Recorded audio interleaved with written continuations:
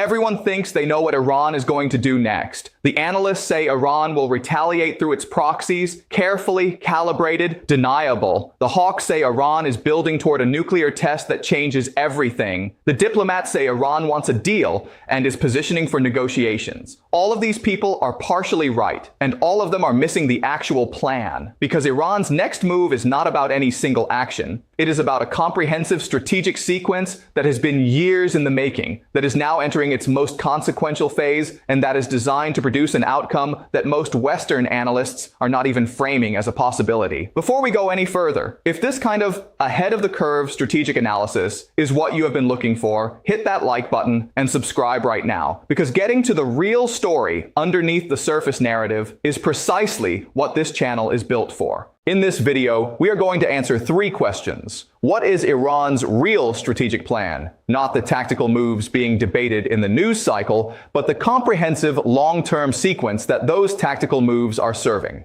What are the structural conditions, geopolitical, economic, military, and domestic, that are shaping the timing and the ambition of that plan right now? And what does Iran's success in executing that plan mean for the United States, for the global balance of power, and for the daily lives of people far outside the Middle East? Let's build this from the ground up, because the argument is only convincing if you can see the full architecture. The headline version of Iran's strategic situation tells you that Tehran is a regime under pressure, isolated by sanctions, constrained by economic fragility, managing domestic unrest, and forced into a series of reactive moves in response to Israeli and American actions. That narrative is not entirely false. The pressure is real, the economic damage is real, the domestic political tensions are real. But that narrative makes a fundamental error that consistently leads Western analysis to underestimate what Iran is actually doing. It treats Iran as a reactive actor rather than a strategic one. It focuses on what Iran is responding to rather than what Iran is building toward.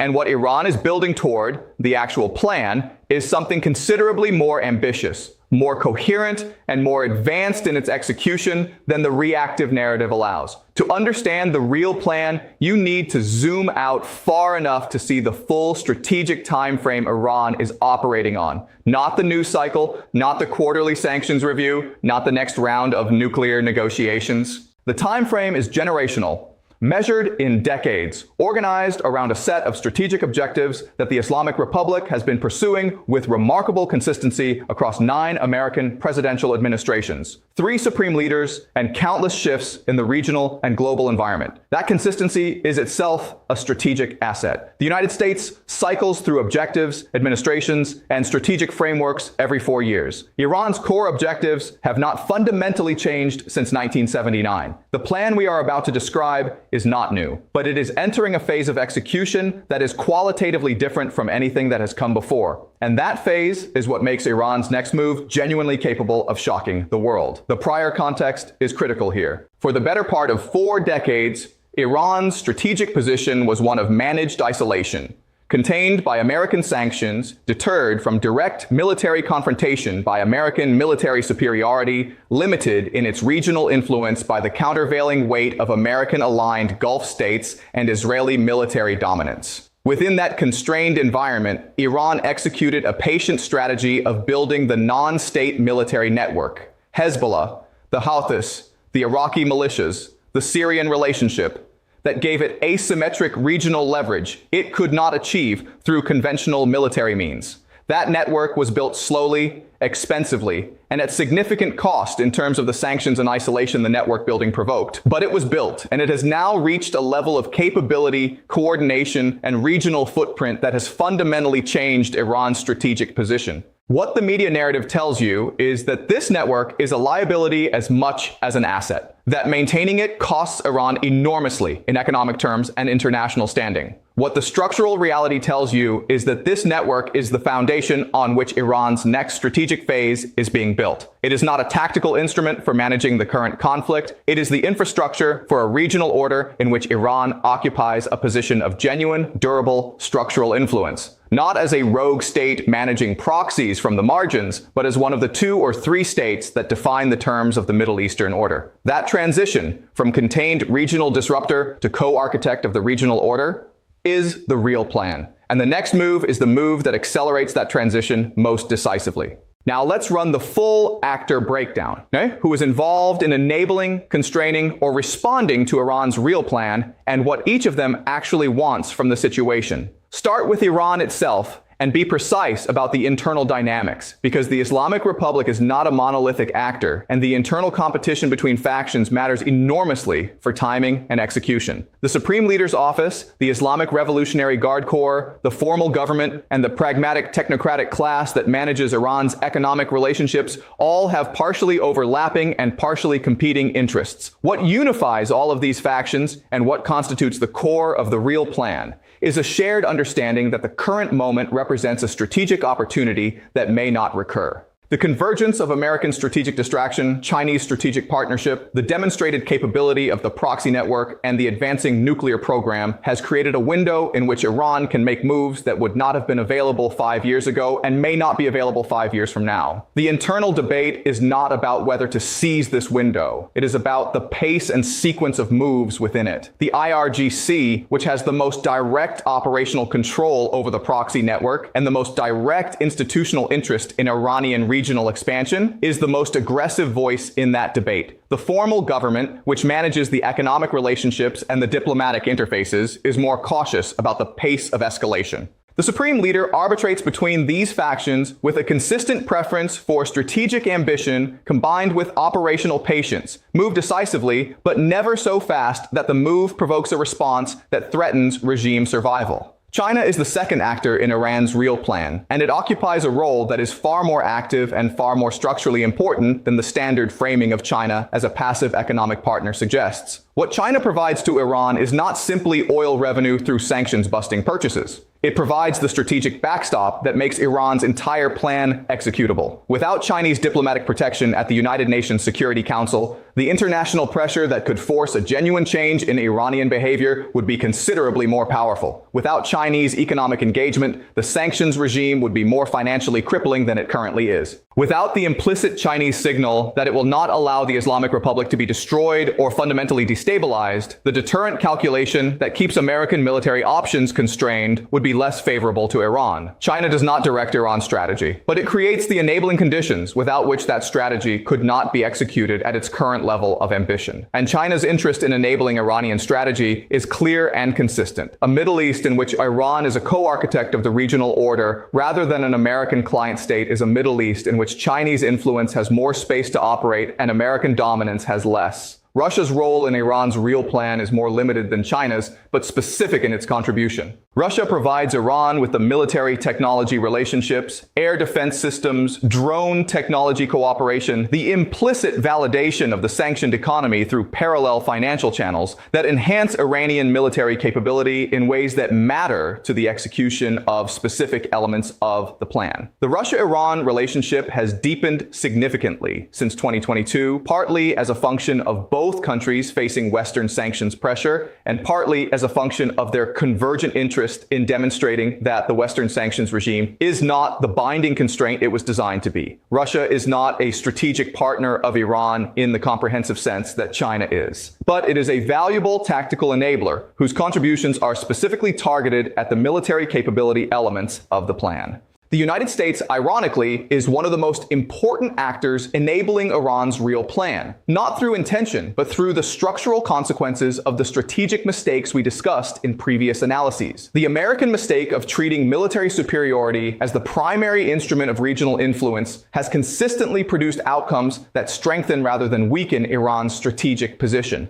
Each American military intervention that fails to produce durable political outcomes validates Iran's thesis that American power is constrained in ways that make Iranian strategic ambition viable. Each American policy reversal, the JCPOA withdrawal, the Syria policy oscillation, the Afghanistan withdrawal, that damages American credibility with regional partners, creates space for Iranian influence to fill. Each Gulf state that hedges its relationship with Washington in response to uncertainty about American commitment is a Gulf state that has moved incrementally closer to the kind of relationship with Tehran that Iran's plan requires. requires. America is not consciously enabling Iran, but the structure of American strategic failure in the region is one of the most important inputs into the conditions that make Iran's plan executable. Saudi Arabia is the fifth actor whose behavior is most consequential for whether Iran's plan succeeds or is ultimately constrained. The Saudi-Iran normalization of 2023 was a significant element of Iran's plan, not because it resolved the fundamental competition between the two countries, but because it demonstrated that the binary framework of the post-1979 Middle East, American-aligned Sunni Gulf states versus Iranian-led Shia resistance network, is no longer the organizing logic of regional politics. A Saudi Arabia that is willing to normalize with Iran, even at the level of managing diplomatic relations rather than strategic alignment, is a Saudi Arabia that is no longer functioning as the anchor of the anti-Iran coalition that American strategy depended upon.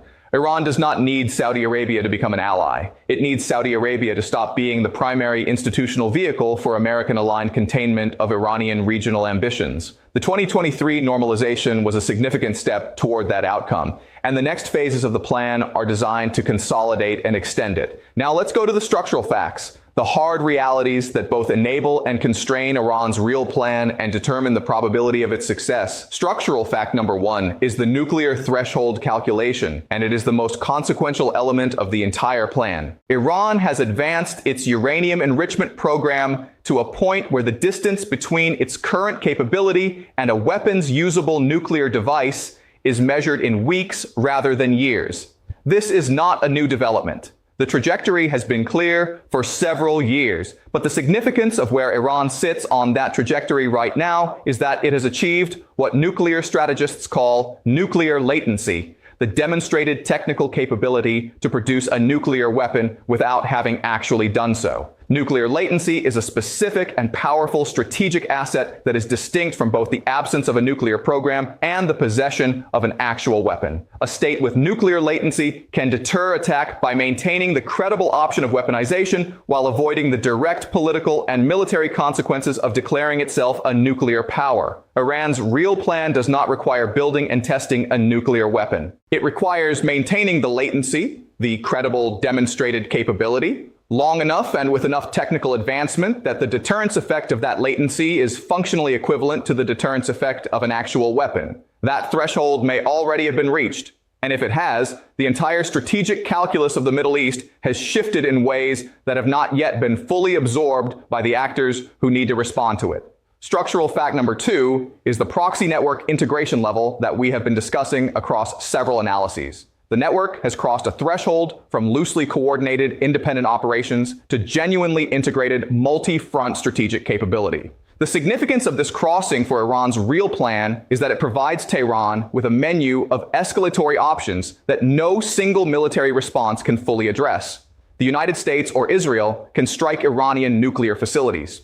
They cannot simultaneously neutralize Hezbollah's missile arsenal, the Houthi long-range strike capability, the Iraqi militia network, and the Iranian ballistic missile force. The integrated network means that any military action against Iran's core assets triggers a response across multiple simultaneous fronts that imposes costs exceeding what a single-theater military response can manage. This multi-front deterrence is not incidental to Iran's plan. It is the central mechanism that protects the plan's execution from military disruption. Structural fact number three is the economic resilience adaptation that Iran has built over 4 decades of sanctions pressure. The Iranian economy is not thriving. The damage is real and the human cost is substantial. But the Islamic Republic has built economic and financial mechanisms that allow it to sustain strategic operations at significant scale despite the sanctions environment. The oil revenue that flows through Chinese purchase arrangements, the parallel financial channels that bypass SWIFT exclusion, the domestic military-industrial capacity that reduces dependence on foreign procurement for key capabilities, all of these represent a decade or more of adaptive investment in economic resilience. What this means for the real plan is that the pressure instrument the United States has relied upon most heavily, the economic pressure of sanctions, has reached a point of diminishing strategic returns. It continues to impose costs. It no longer produces behavioral change at the level required to alter Iran's fundamental strategic trajectory. An instrument of pressure whose costs are being absorbed without the intended behavioral response is not leverage. It is expense. Structural fact number 4 is the regional legitimacy shift that the proxy network's performance in recent conflicts has produced. This is one of the most underappreciated elements of Iran's current strategic position. The Houthi campaign against Red Sea shipping, whatever its humanitarian and economic consequences, generated significant popular resonance across the Arab world as a demonstration of resistance to Israeli and American power.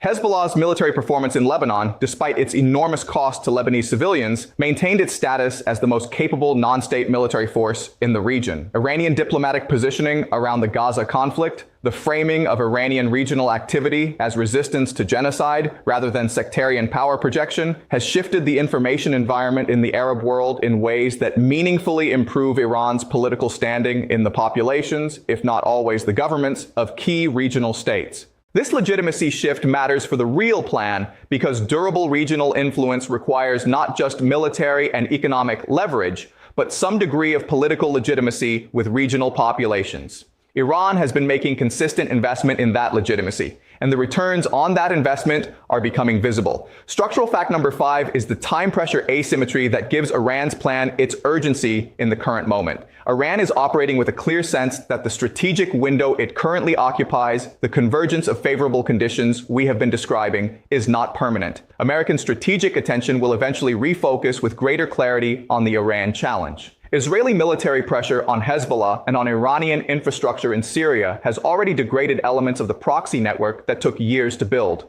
The Chinese economic and diplomatic partnership, while robust, is calibrated to Chinese interests rather than Iranian ones and could shift if Beijing concluded that Iranian actions were imposing unacceptable costs on Chinese economic relationships in the region. The window is open. The plan is designed to make maximum strategic use of the window before it closes. That time pressure is the reason Iran's moves are accelerating rather than consolidating. The Islamic Republic is not behaving like a state that believes it has unlimited time to achieve its objectives. From this structural analysis, 3 scenarios define the realistic range of outcomes for Iran's plan. Scenario A is successful plan execution, the emergence of Iran as a co-architect of the regional order. In this scenario, Iran's nuclear latency is maintained at a deterrent effective level. The proxy network sustains its multi-front capability. The Chinese and Russian backstop holds against American and Israeli military pressure. The Gulf states continue their hedging behavior rather than recommitting to active anti-Iran containment. And the sustained erosion of American strategic credibility in the region reaches a point where the reconstruction of the pre-2015 containment architecture becomes politically and practically unavailable.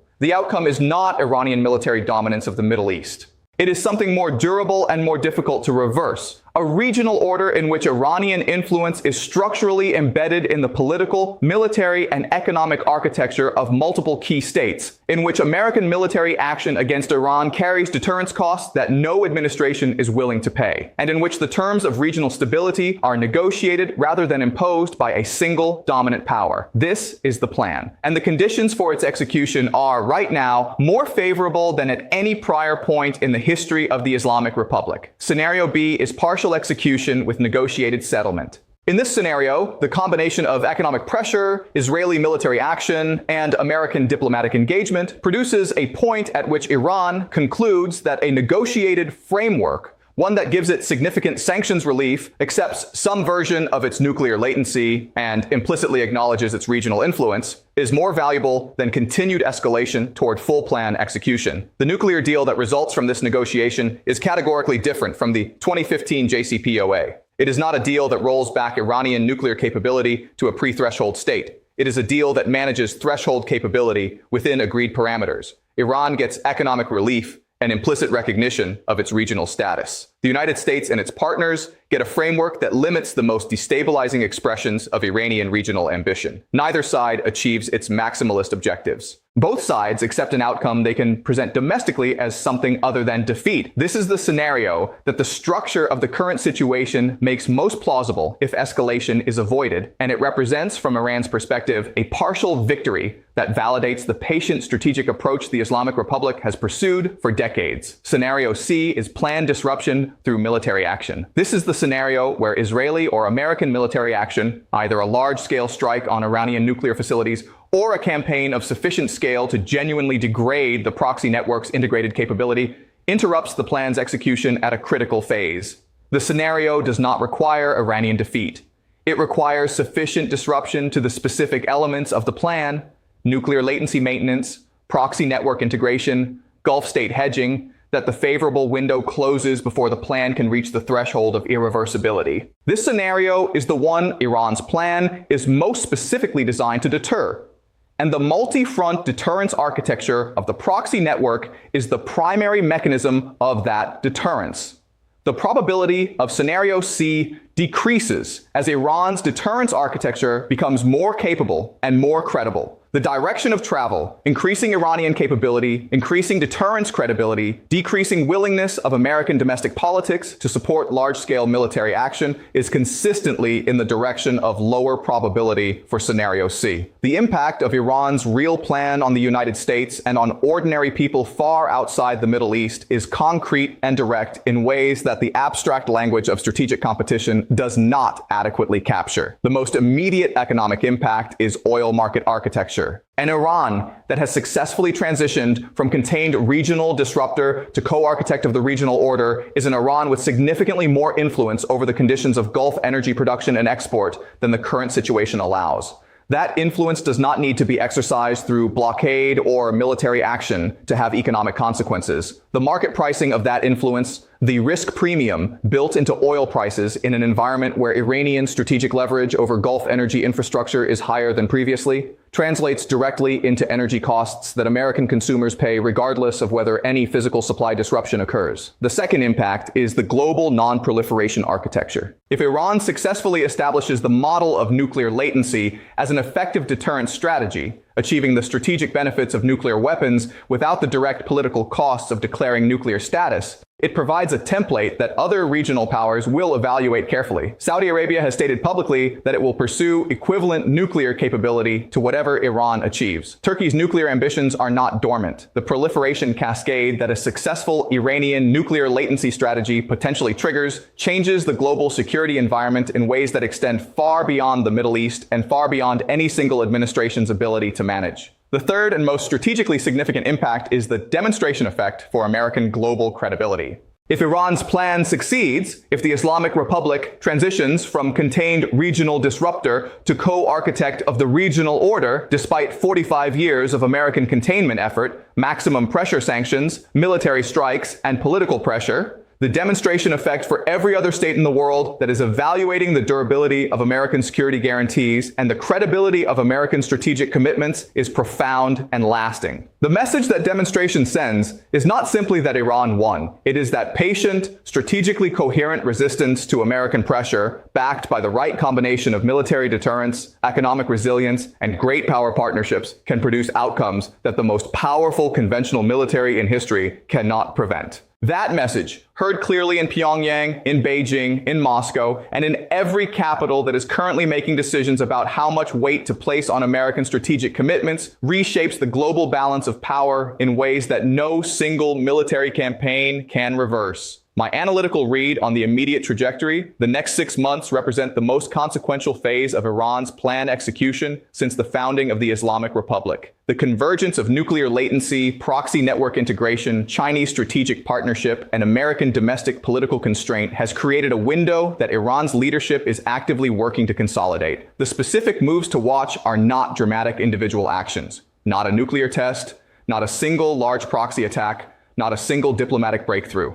The moves to watch are the incremental consolidations, the deepening of Chinese economic relationships that reduce sanctions, leverage, the quiet expansion of proxy network coordination that makes multi-front deterrence more credible, the continued advancement of the nuclear program toward threshold capability, and the patient diplomatic work in Gulf capitals that is designed to make the reconstruction of an anti-Iran containment coalition progressively more difficult. None of these moves individually shocks the world. Together, in sequence, they produce the outcome that constitutes the real plan. And that outcome, once achieved, is the move that shocks the world. Not because it was sudden, but because the world was not watching the architecture being built. Don't follow the headline, follow the pattern. If this analysis gave you the clearest picture you have seen of what Iran is actually building toward and why it matters far beyond the Middle East, and that is the only standard by which this kind of work should be judged, Please like this video and subscribe right now, because the story we have been building across this series is accelerating toward exactly the kind of inflection point that rewards analytical clarity over news cycle reaction. Headlines end, consequences don't. Stay analytical.